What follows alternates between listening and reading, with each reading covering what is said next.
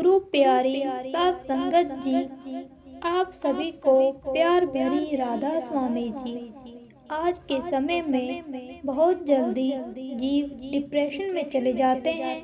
किसी को किस वजह से चिंता है, कोई किसी वजह से परेशान है और वह जीव डिप्रेशन का शिकार हो जाता है। लेकिन जो जीव इस चीज को समझते हैं कि असल में डिप्रेशन है तो वह डॉक्टरी इलाज करा लेते हैं। कुछ लोग डिप्रेशन को यह समझते हैं कि शायद बाहरी कसर हो गई है तो वह पता नहीं कहाँ कहाँ जाते हैं।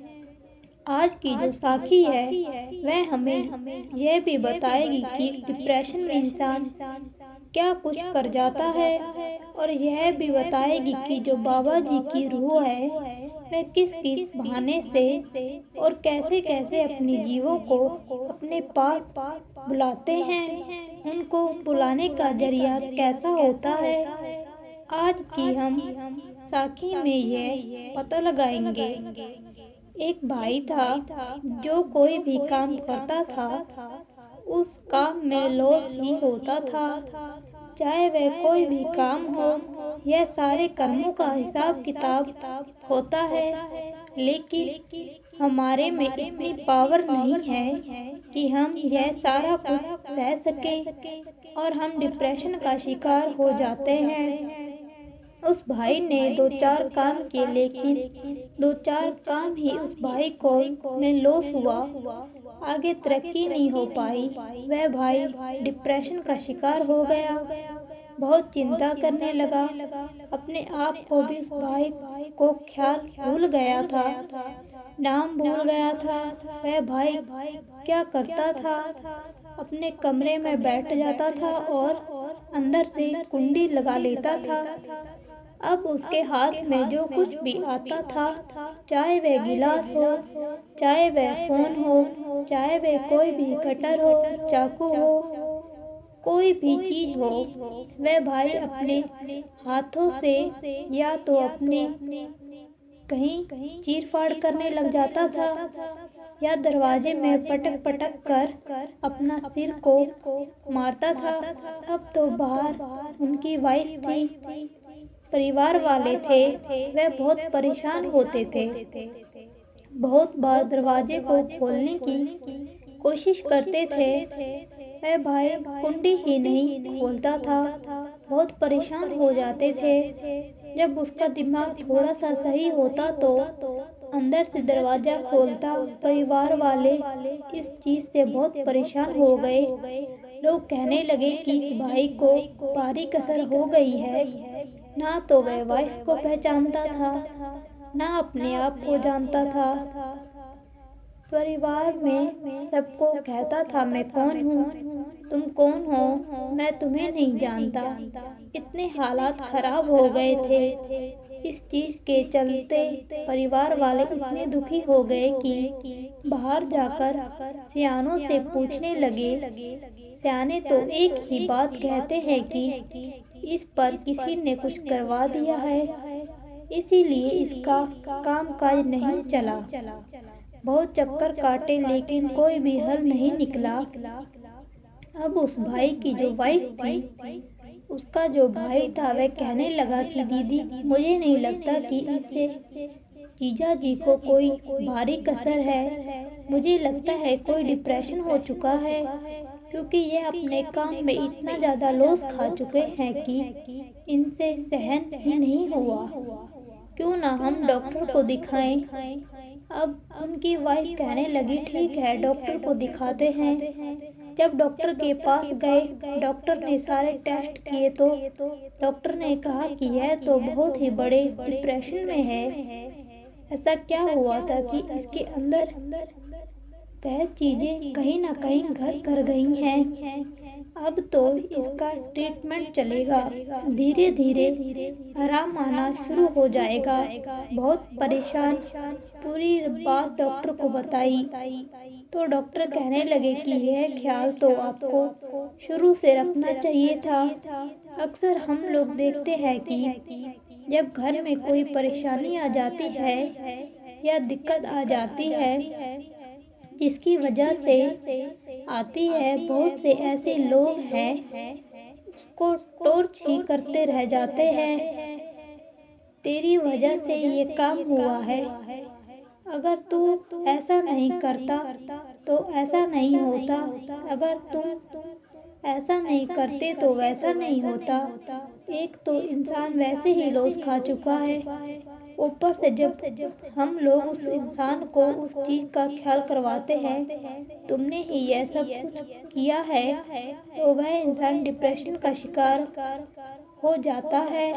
डॉक्टर ने कहा कि इसके असली जो हकदार हो वह तुम हो। फैमिली का साथ देना चाहिए था, उल्टा तुमने उसे और डिप्रेशन दिया। अब धीरे धीरे उस भाई का इलाज चलने लगा। डॉक्टर ने कहा जितना भी हो सकता है इसे खुश रहने की सलाह दी। खुश करो, घूमो फिरो, सब कुछ धीरे धीरे ठीक हो जाएगा और इससे कोई भारी कसर नहीं है। अब वैसा ही हुआ। अब घर में सभी लोग उस भाई को ख्याल रखने लगे, हंसने लगे उसको। धीरे धीरे उस भाई की जो याददाश्त थी, जो डिप्रेशन था, वह धीरे धीरे ठीक होना शुरू हो गया। अब उसे यह भी याद आने लगा कि मैं कौन हूँ, परिवार वाले कौन हैं। यह धीरे धीरे वह भाई 8 से 9 महीने उसका ट्रीटमेंट चला और धीरे धीरे वह भाई ठीक हो गया। जब ठीक हो गया तो उस भाई के मन में फिर से एक ख्याल आया। अपनी वाइफ से कहने लगा कि मुझे फलानी फलानी जगह देवी का मंदिर है, मुझे वहाँ जाना है। मुझे ऐसा अंदर से आवाज़ आई है कि मैं वहाँ जाकर उसके दर्शन कराऊं। वह वाइफ कहने लगी कि अभी तो आपका ट्रीटमेंट चल रहा है, अभी आप देवी के मंदिर पर माथा टेकने जाओगे, पहले ठीक तो हो जाओ। ऊपर से उस भाई ने कहा कि जाऊंगा भी पैदल, किसी सवारी पर नहीं जाऊंगा। जब यह बात उसकी पत्नी ने सुनी तो वह बहुत ज़्यादा परेशान हो गई। डॉक्टर के पास ट्रीटमेंट तो चल ही रहा था। डॉक्टर से कहा कि ऐसे ये कह रहे हैं, तो डॉक्टर ने उसकी वाइफ को कहा कि यह तो जो भी करना चाहता है इन्हें करने दो। अगर यह तीर्थ स्थान पर जाने चाहते हैं तो जाने दो, पैदल जाना चाहते हैं तो जाने दो। तुम कोई भी रोक टोक नहीं करोगी, क्योंकि यह धीरे धीरे ठीक हो रहे हैं। लेकिन एक जना तुम्हारे साथ जरूर इनके साथ होना चाहिए। वाइफ कहने लगी कि भाई कह रहे हैं कि अकेले ही जाऊंगा, साथ में कोई नहीं होना चाहिए। तो डॉक्टर ने कहा कि आप एक इंसान भेजो जो पीछे पीछे इनकी देखभाल करे कि ये कहाँ कहाँ जा रहे हैं, यह ठीक ठाक तो हैं। अब वैसे ही हुआ। अब वह जो भाई उस भाई की वाइफ थी और तो कोई भी था नहीं, तो उन्होंने अपने भाई से कहा कि भाई इतना साथ तो तुमने हमारा वैसे ही बहुत दिया है, एक साथ और दे दो। तुम्हारे जीजा जी ऐसे तीर्थ स्थान पर जा रहे हैं, अब यह कह भी अकेले जा रहे हैं, तो आप ऐसा करो कि आप इसके पीछे जाओ। तो वह कहने लगा कोई बात नहीं दीदी, जैसे आप कह रही हैं मैं वैसे ही करूँगा। अब वह जो भाई था, जब सुबह हुई अपनी दवाई लेकर, उनकी वाइफ ने कहा अपना दवाई टाइम से खाते रहना, क्योंकि ठीक हो गया था वह भाई। अब वह भाई घर से पैदल यात्रा के लिए तीर्थ स्थान पर निकल गया। अब पीछे वह भाई जो था उसका साला, वह भी निकल गया। 8 से 10 दिन हो गए उस भाई को चलते हुए। अब वह जो साला था वह भी पीछे पीछे ही था। एक जगह अचानक ही वह जो भाई था कुछ खा पी रहा था। तो वह साला भी वहीं पर ही पहुंच गया। अब जीजा और साला था आपस में जब मिले तो कहने लगे, भाई तू यहाँ क्या कर रहा है? तो वह जो साला था कहने लगा कि मैं तो देवी मंदिर की यात्रा करने जा रहा हूँ, दर्शन के लिए जा रहा हूँ। तो जीजा जी कहने लगे कि मैं भी वहीं जा रहा हूँ। अब वह कहने लगे, चलो ठीक है, दोनों चलते हैं, लेकिन मैं तो पैदल यात्रा कर रहा हूँ। तो वह जो साला था वह कहने लगा, मैं तो खुद पैदल यात्रा कर रहा हूँ। उसने कुछ नहीं बताया कि मुझे मेरी बहन ने भेजा है, कैसे भेजा है। अब दोनों लोग इकट्ठे ही जाते थे, इकट्ठे ही रहते थे। जिस दिन वह मिले उस दिन अब रात हुई तो वह जो साला था वह क्या देखता है कि जीजा जी जैसे ही रात के 9:30 बजे हुए हैं वैसे ही ध्यान पर बैठ जाते और ध्यान पर ऐसे बैठते कि 2-2.5 से 3 घंटे तक उठते ही नहीं। तो वह भाई था इस चीज को देखकर बड़ा हैरान हुआ। ऐसे ही उन लोगों का कम से कम उस देवी माता के पास पहुंचते पैदल 26 से 27 दिन लग गए और 26 से 27 दिन में यही हुआ। जब भी रात होती तो वह भाई जो था वह ध्यान पर बैठ जाता, जब भी टाइम मिलता ध्यान पर बैठ जाता था। लेकिन उस साले ने एक बार भी नहीं पूछा कि यह सब कुछ क्यों कर रहे हो। जब देवी माता के दर्शन के लिए सब कुछ ठीक ठाक हो गया तो अब वह जो उसका साला था वह कहने लगा कि जीजा जी दर्शन तो हो गए हैं, अब ऐसा करते हैं इधर से कोई सवेरी ले लेते हैं और घर चलते हैं, क्योंकि इतना तो पैदल भी नहीं चला जाता, नहीं तो 26 से 27 दिन तो हमें आते हुए लगे, 26 से 27 दिन ही हमें जाते हुए लग जाएंगे। तो वो भाई कहने लगा कि नहीं, मैं जिस वजह से यहाँ पर आया था वह चीज़ तो मुझे अभी मिली ही नहीं। अब वह दूसरा भाई कहने लगा, वह चीज़ क्या थी? अब वह जीजा जी से कहने लगे कि मैं जो देवी माता के मैंने बाहर दर्शन किए ना, मैं अंदर से करना चाहता हूँ। अब उसके जो साला था वह कहने लगा कि जीजा जी मैं आज आपसे एक बात पूछना चाहता हूँ, आप इतना ध्यान पर क्यों बैठते रहते हो? ना तो आपने कोई नाम लिया है ना किसी का ध्यान करते हो। तो वह भाई कहने लगा कि जो माता मैंने वहाँ देखी है ना, उसको मैं अंदर देखना चाहता हूँ, अंदर से मिले ही नहीं रही है, अंदर से दर्शन ही नहीं हो रहे हैं। जब तक मैं उस चीज़ के अंदर से दर्शन नहीं कर लेता मैं घर वापस नहीं जाऊंगा और मैं पैदल ही जाऊंगा। तुम्हें जाना है तो जाओ। अब वह जो साला था बड़ा चक्कर में पड़ गया कि जीजा जी को छोड़कर भी नहीं जा सकता। घर पर फोन किया अपनी बहन को तो बहन कहने लगी कि भैया छोड़कर मत आना, साथ में ही लेकर आओ। अब दोनों फिर से चल दिया वापस में। यहाँ भी उनको कोई जगह मिलती थी, रह जाते थे, रात हो जाती थी, बैठ जाते थे। एक दिन चलते चलते 8 से 9 बज गए, रास्ते में कोई जगह ही नहीं आई।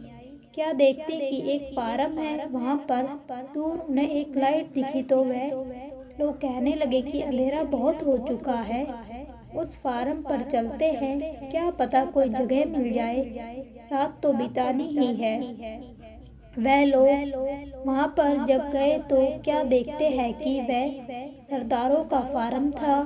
वहाँ पर गए, उनको सारी बात बताई जब 8 से 9 बजे हुए थे। अब एकदम से हर कोई देखकर हैरान हो जाता है, डर भी जाता है, क्योंकि आज का समय ही ऐसा है कि यह लोग पता नहीं कौन है, कैसे हैं, तो वह जो सरदार भाई थे वे कहने लगे कि ऐसे तो हम आपको जानते भी नहीं, ऐसी हम आपको कैसे जगह दे सकते हैं। अब उन्हें भरोसा ही नहीं हो रहा था, बहुत घबराए हुए थे। तो वह जो भाई थे वह कहने लगे, हम पर भरोसा कीजिए, अगर आप हमें अंदर जगह नहीं देना चाहते तो हम आपके गेट के आगे ही सो जाएंगे, लेकिन आज की रात हमें बितानी है।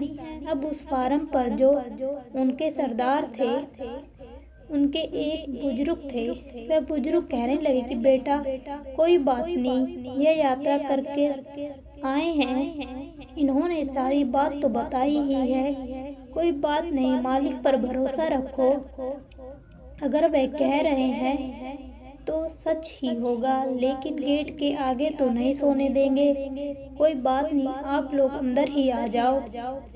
अंदर उन्होंने दो चार पाई दी, उन पर बिस्तर लगा दिया, उनको खाना दिया, सब कुछ दिया, उनकी बहुत सेवा की।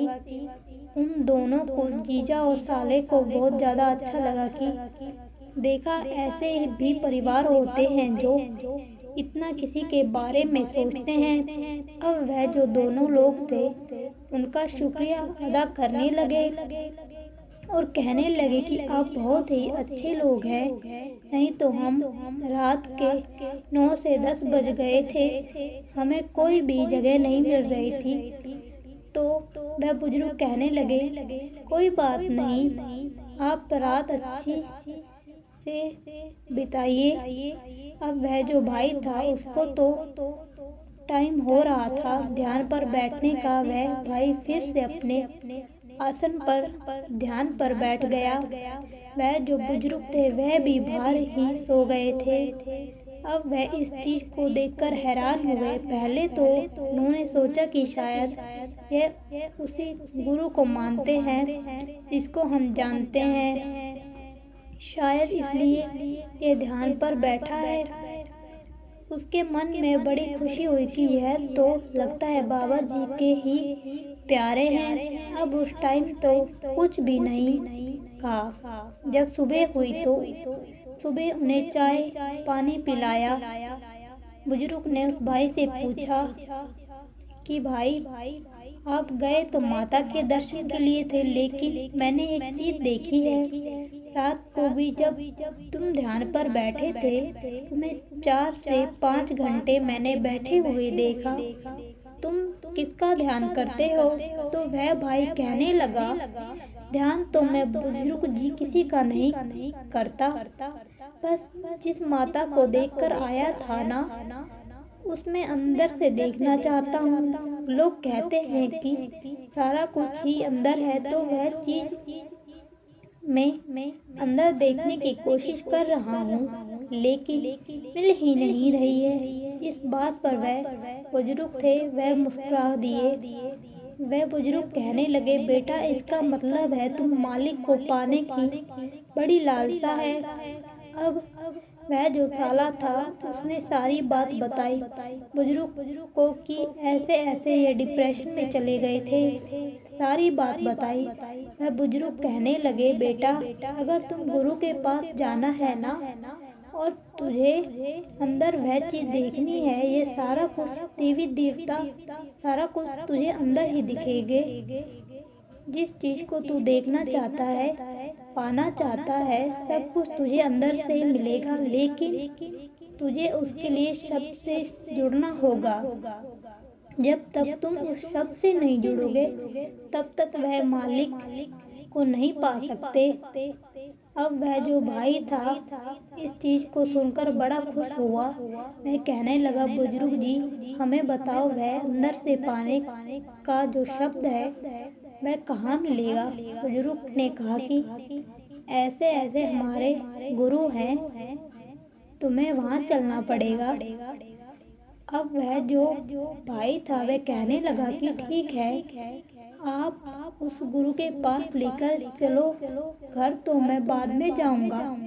अब बुजुर्ग कहने लगा कि बेटा उसको तो तुम्हें इंतज़ार करना पड़ेगा, अभी तो कोई प्रोग्राम नहीं है सत्संग का, लेकिन 15 से 20 दिन में सत्संग होने वाला है, तभी चलना है। इतने दिन तुम तो क्या करोगे? वह भाई कहने लगा, इतने दिन हम कहीं भी कुछ भी कर लेंगे, लेकिन हमें जानना ही है। अब वैसे ही हुआ, 15 से 20 दिन हो गए। अब वह जो भाई था उस परिवार के साथ डेरे में गया। जब डेरे गया, वहाँ देखा कि वहाँ से तो हर किसी के लोग हैं, हिंदू क्या कोई जात पात है ही नहीं वहाँ पर। वहाँ जाकर बड़ा खुश हुआ। वह भाई कहने लगा कि यहाँ पर तो बड़ी संगत आती है, बड़ी तादाद में लोग आते हैं। तो वह बुजुर्ग कहने लगा, बस बाबा जी की कृपा है, उस मालिक की कृपा है, सत्संग सुनना है।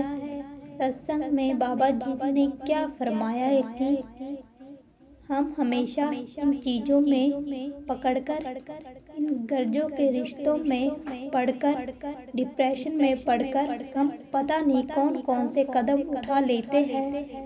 हमें कभी भी अपनी जिम्मेदारियों से नहीं भागना चाहिए। जब हम जिम्मेदारियों से भागते हैं तो अपने आप को भूल जाते हैं और हम गलत डिसीजन ले लेते हैं, गलत काम पर शुरू हो जाते हैं।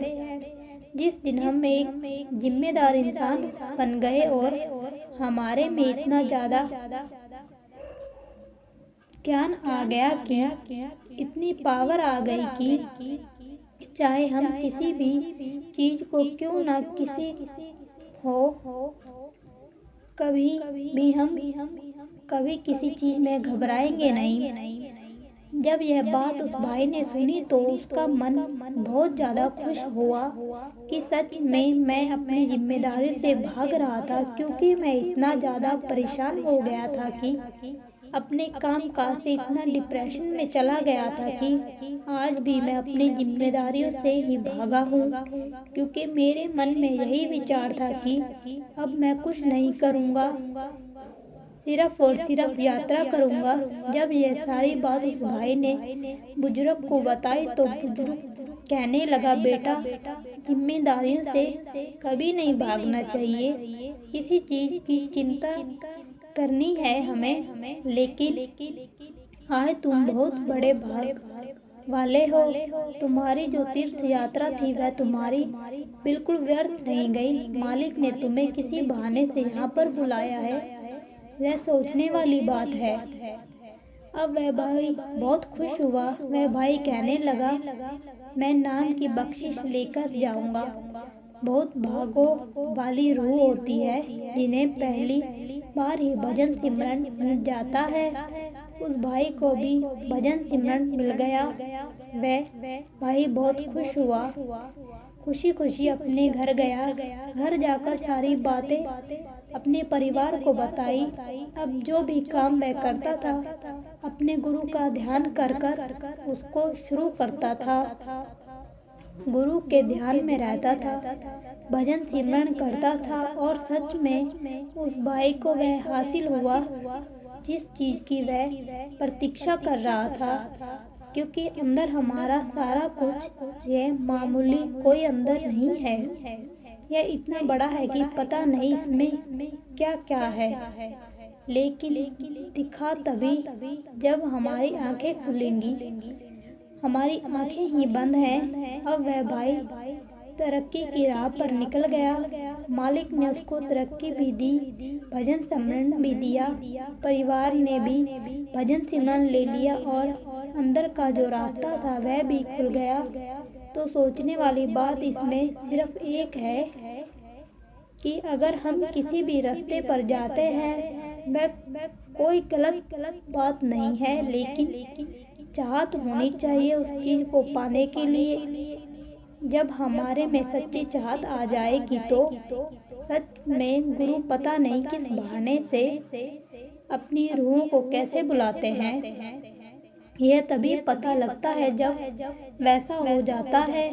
और दूसरी बात, कभी भी हमें अपनी जिम्मेदारियों से नहीं भागना चाहिए, कभी भी किसी चीज़ से घबराना नहीं चाहिए, और कभी भी हमें डिप्रेशन का शिकार नहीं होना चाहिए।